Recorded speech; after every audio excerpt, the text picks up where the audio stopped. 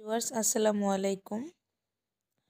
তো আমি আজকে ট্যাংরা মাছের ঝাল ঝাল ঝোল রেসিপি আপনাদের সাথে শেয়ার করব। তো এই রেসিপিটা চলেন দেখে আসি। তো এই রেসিপিটা বানানোর জন্য আমি প্রথমে এখানে ট্যাংরা মাছগুলো আগের থেকে কেটে ধুয়ে লবণ হলুদ মাখিয়ে রেখেছি। তো এখন চলে যাব চুলায়। তো চুলায় একটা ফ্রাইং প্যান বসিয়ে দিলাম। ফ্রাইং প্যান বসিয়ে দিয়ে চুলায় পরিমাণ মতন তেল ঢেলে দিলাম। এখন তেলটা গরম হয়ে আসলে আমি কেটে ধুয়ে রাখা মাছগুলো তেলের উপরে দিয়ে দিলাম। এখন একটা খুন্তি দিয়ে খুব ভালোভাবে নাড়াচাড়া করে মাছটা উল্টে পাল্টে ভেজে নিচ্ছি। আর এই মাছটা একটু সময় নিয়ে ভাজতে হবে, খুব বেশি ভাজা যাবে না, তাহলে মাছটা শক্ত হয়ে যাবে, রান্না করার পর খেতে বেশি ভালো লাগবে না। তো আমার মাছটা একটু লাল লাল করে ভেজে নিয়েছি, এখন একটা পাত্রে তুলে নিচ্ছি। আমার মাছটা ভাজা হয়ে গিয়েছে, এখন চুলায় একটা কড়াই বসিয়ে দিলাম। এখন এখানে কিছুটা সরিষার তেল দিয়ে দিলাম। তো আমি আজকে এই রান্নাটা সরিষার তেলে করব। তো আপনারা চাইলে সয়াবিন তেল দিয়েও করতে পারেন। তো তেলটা গরম হয়ে গিয়েছে, এখন এখানে আমি কিছুটা পেঁয়াজ কুচি দিয়ে দিলাম। এখন পেঁয়াজটা লাল লাল করে ভেজে নিচ্ছি। তো আমার পেঁয়াজটা লাল লাল করে আমি ভেজে নিলাম। এই তো আমার পেঁয়াজটা লাল লাল করে ভাজা হয়ে গিয়েছে। এখন এখানে আমি কিছু মশলা দিয়ে দিব। তো আমি এখানে মাছের ঝোল করার জন্য নিয়েছি জিরা বাটা, আদা বাটা আর রসুন বাটা।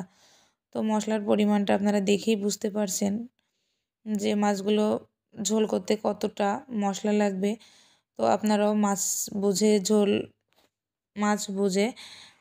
মশলাটা দিবেন। তো মশলাটা ঠিকঠাক দেওয়া হলে মাছটা অনেক বেশি মজা হবে। তো এখানে আমি মশলাটা দিয়ে দিলাম, দিয়ে খুব ভালোভাবে নাড়াচাড়া করে নিচ্ছি। এখন এখানে স্বাদ মতো লবণ আর পরিমাণ মতো হলুদের গুঁড়া আর ঝালের গুঁড়া দিয়ে দিলাম, দিয়ে আবার খুব ভালোভাবে নাড়াচাড়া করে নিচ্ছি। তো আমি এখানে একটু পানি দিয়ে দিলাম যাতে মশলাটা পুড়ে না যায়। তো পানিটা দেওয়া হয়ে গিয়েছে, এখন মশলাটা খুব ভালোভাবে নাড়াচাড়া করে নিচ্ছি। এই তো আমার মশলাটা খুব ভালোভাবে কষানো হয়ে গিয়েছে। মশলা থেকে যখনই তেল ছেড়ে দেবে তখন বুঝতে হবে যে মশলাটা ঠিকঠাক কষানো হয়েছে। তো আপনারা দেখেই বুঝতে পারছেন আমার মশলাটা একদম পারফেক্টভাবে কষানো হয়ে গিয়েছে। তো আমি এখানে কিছুটা কাঁচা লঙ্কা চেরাও দিয়ে দিলাম যাতে মাছ রান্নার ফ্লেভারটা অনেক বেশি ভালো আসে। তো এখানে আমার মশলাটা কষানো হয়ে গেলে আমি এখানে পরিমাণ মতন পানি দিয়ে দিচ্ছি। এখন ঝোলের পরিমাণটা আপনারা কেমন রাখবেন তেমন বুঝে পানিটা দিবেন।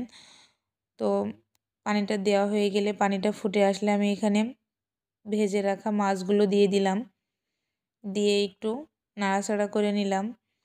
তো আমার ঝোলটা একটু শুকিয়ে এসেছে। এখন এখানে আমি কিছুটা ধনিয়া পাতা কুচি করে রেখেছিলাম, এখন এই মাছে ধনিয়া পাতা কুচিগুলো দিয়ে দিলাম, দিয়ে আবার খুব ভালোভাবে নাড়াচাড়া করে নিচ্ছি।